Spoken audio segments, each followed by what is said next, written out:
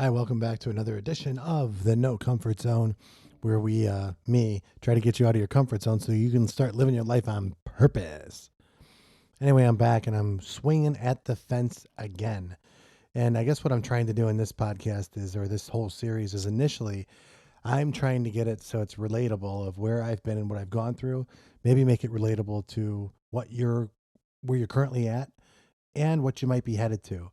And one of the things that I wanted to focus on in this podcast, for at least for the next few minutes, is to let you know that one of the biggest significant changes that I've made in the last 13 years, and again, 13 years of climbing back to what I thought would be somewhat normal. And I'm so glad because I surpassed the lifestyle I had before substantially. And there's so many different so much information that I've learned over the years. But really, when it comes down to it, some of the stuff, some of the little things, is what I'm going to share with you now. And one of those things is, and it's so small, and people think it's so insignificant, but I literally cut out anybody negative in my life. I just stopped listening to them. Negative, a naysayer, somebody that didn't believe in me. There's just not enough time on this in this life to listen to people that are negative or even put up with their drama or their chaos. So what I did was I took a long hard look at my life and decided that, okay, who are the people that are positive in my life and who's helping me to get to the next step? And more importantly, who can I help that's positive? Because there's a lot of negative people out there that you can still help, but they're going to bring you down. And you have to really treat your time as a commodity. And if you start treating your time as a commodity, and in addition to treating your time as a commodity and something so precious, you start spending it with people that you can really appreciate and maybe that you can learn from. They're not always the nicest and kindest people, but at least they're not negative, always bitching and complaining about their lot in life and where they're at. And it's easy, it is super easy to come home after a long week and start complaining about your job, your boss, the customers, your place in life, and all those things, and then easily sit on the couch and then start watching your favorite program or head to the local bar and start, drinks, doing that sort of thing, or even just getting so distracted and trying to find a relationship, maybe a relationship that you're not even ready yet. And let me just tell you, if you enter in a relationship and you're not in the right frame of mind, you're not emotionally ready or mature enough to be in a relationship, it's just going to create more misery. You think it's going to cause you some happiness in the moment. You just won't be lonely for 2 minutes. But I know a lot of people who aren't lonely but are extremely miserable and they're all alone in their relationship. And I don't want that for you. So, what I'm referring to is I learned this when I went through AA. And yeah, if you don't know me, I'm a recovering alcoholic. I have been for 13 years. That's not what this podcast is about. But I learned a lot of great things while I was in the program, and I'm still in the program. I still practice the principles daily. If you don't know what they are, the 12 steps are dynamite.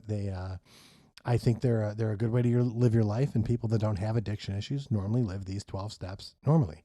Somebody like me, and they had to be taught to me. So what I learned is one of the biggest things that I learned was that if if you're in a position where you just kind of have the same negative stuff happen over and over and over again, and you can't figure out your lot in life, and you're frustrated in your relationships, and maybe you're all alone in your relationship, you're going to have to look in the mirror and you're going to have to realize something. And you have to just look at, do you really want to change? Are you really aware of your current surroundings? Are the people around you there to help you or hurt you? Are they just using you? Are they just taking your time away from you from one day to the next? When you get into a point where you've got nothing left, and I mean, you've been like the Eminem meme that I just saw. Let me see if I can pull it up. That Eminem meme is right here, and it's rock bottom has built more champions than privilege ever did. I mean, emotionally gone, spiritually gone, completely bankrupt, almost no love in your heart anymore, just this big empty space. When you've hit that, and you decide that you survived that, and you decide you want to start working your way back up, you need to really find the 5 people, and you make a conscious choice of who those people are, and you gravitate towards those people. Some of them might not even be your friend yet. For me, I had my sponsor, my therapist, my attorney. Um, those are the 3 people that I surrounded myself. Even at one point, it was my mom who was helping me through the process and of getting better and getting back on my feet and making these things, my reality change for the better. And then, for that fifth gap, what I did is I just started reading some phenomenal books. I started paying attention to, uh, gosh, there's so many books I just started reading at the time because I truly wanted to live a different life. And I was willing to change because I hit rock bottom. I was done being me. And maybe that's what this podcast is telling you right now. If you think you're successful, take a long, hard look in the mirror.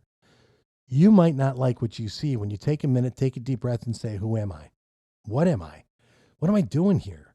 When you start to face these realities and start to realize that, hey, each minute, each moment, every opportunity that you have, you can make a conscious decision to be the person that you want to be in that moment.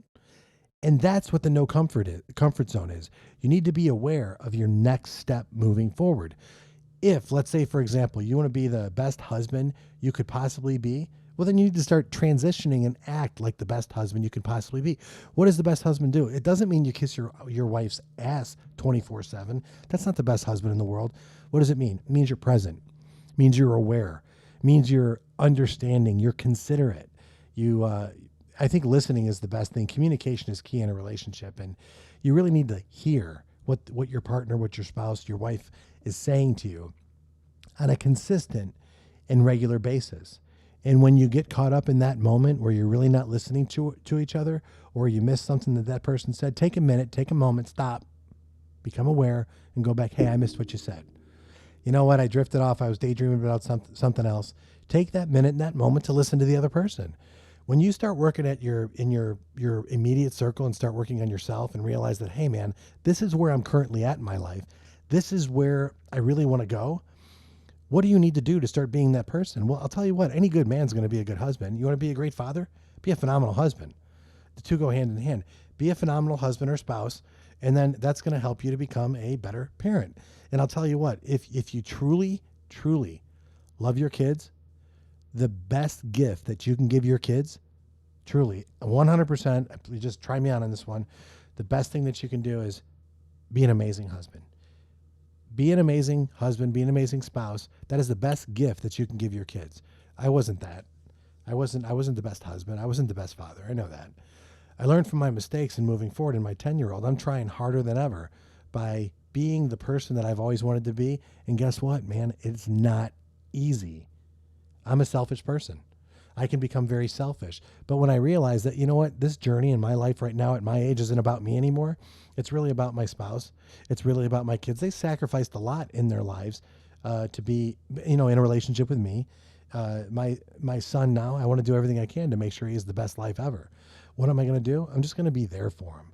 Now I need to work a lot harder on that, and I will continue to be working a lot harder on that, but I'm not perfect. But I know when I get in my comfort zone, when I'm in my phone too much, when I'm spending not enough time with them, I need to take those minutes and those moments, and I keep saying it because it is the minutes and moments that matter. I need to start moving forward in paying attention and being present, getting off my phone, asking questions, being playful. But more importantly, and my therapist, Dr. Amy Jordan, told me this. I just need to make sure that my son knows that he has access to me 24/7. So I know I got off on a tangent, as I always do, about stuff, and you never know where this is going to go. But this isn't scripted. It's not planned. I'm just talking to you about getting out of your comfort zone and living on purpose. And I want to go back to what I first started talking about was really, if you have an opportunity for who you want to hang around with, my biggest thing I want to tell you is change your playground, change your playmates. It was one of the hardest things I had to do because I hated being lonely. But it was when I was realized that I could be lonely and it was okay to be by myself. 100% okay. My inner voice told me, Dan, you know what? You're going to make it through. You're going to be okay. I don't need anybody else. Truly I do, but at the time, I don't need to use anybody else to get things that I want in life.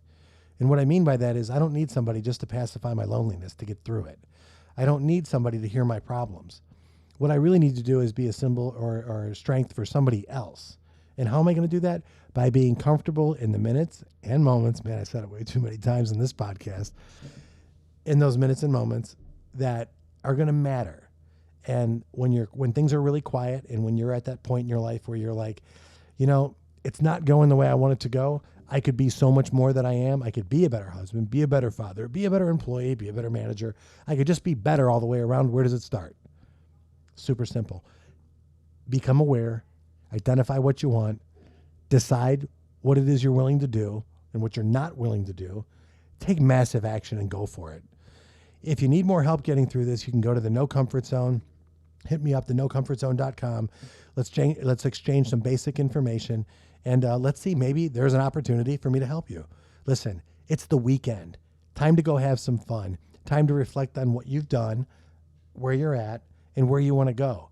And you know what? For what it's worth, people complain all the time. They complained about how cold it was in the Midwest. Now everyone's complaining about how hot it is. I love the heat. I'm going to go spend some time in the heat.